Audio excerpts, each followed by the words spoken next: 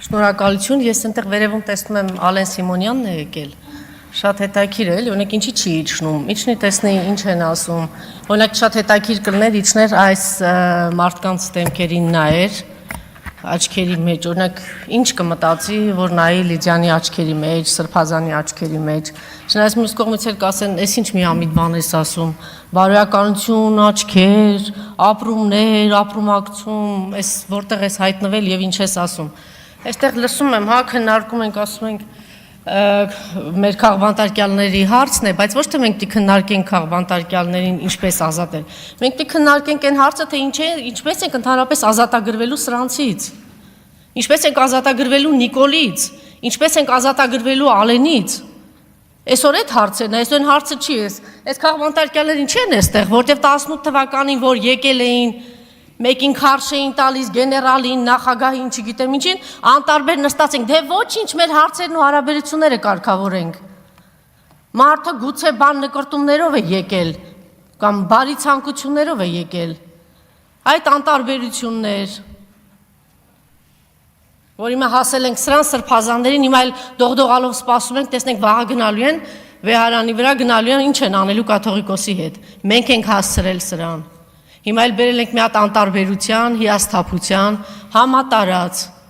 եւ ցանկացած քննարկում, ցանկացած հավաք, առաջին հերթին պիտի մտածենք,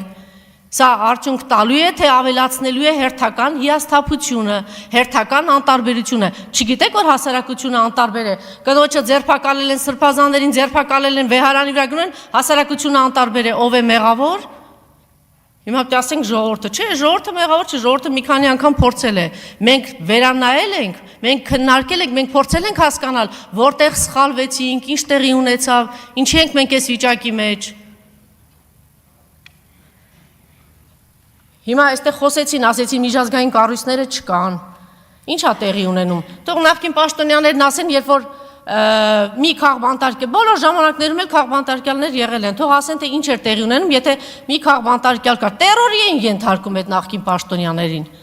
Արդարադատության նախարար կլներ, չգիտեմ, դատախազ կլիներ, ինչ էին անում, ինչով ազբաղված, ինչի՞ չեք խոսում այդ դեսպանների մասին, դեսպանատների դեմ, միջազգային կառույցների, կազմակերպությունների, ինչն է կաշկանդում։ Ես տեսնում եմ, չէ, ընդդիմադիր գործիչներ կլինեն, այլ գործիչներ կլինեն, հասարակական հանրային գործիչներ, ինչն է կաշկանդում, էլի շատ հետաքրքիր է, կաշկանդված եք։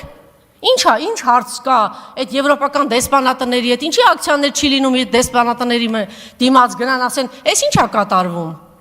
Այնտեղ բանը անտարբերություն հարձակվում են ժողովրդի վրա, այսքան քաղբանտարկյալներ եկեղեցու վրա են գնում։ Դուք պատկերացնեք մի հատ աղանդավորական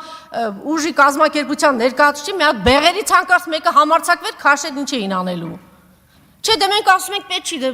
դե տեսնենք էլի մի հատ նամակ կուղարկենք, մի հատ չգիտեմ ինչ կանենք, մի հատ կզանգահարենք, տեսնենք կպատասխանեն, թե չեն պատասխանի։ Հիշում եմ նախկին իշխանությունների ժամանակ ինչ որ որոշումներ չէին լուսաբանում, առավոտյան դեսպանատնից Ամերիկային զանգահարեցին, 3 օր հետո էլ Եվրոպայի դեսպանն եկավ ինձ մոտ ասուլիսի, սա աննախադեպ բան է։ Բա ուր եք, ուր է, ինչի ձայն չկա այդ դեսպաններից, բայց մենք պիտի պահանջենք հիմա, այնպես չի, որ այդ երկրներում, պարզ է, չէ, իշխանությունները, նաև այդ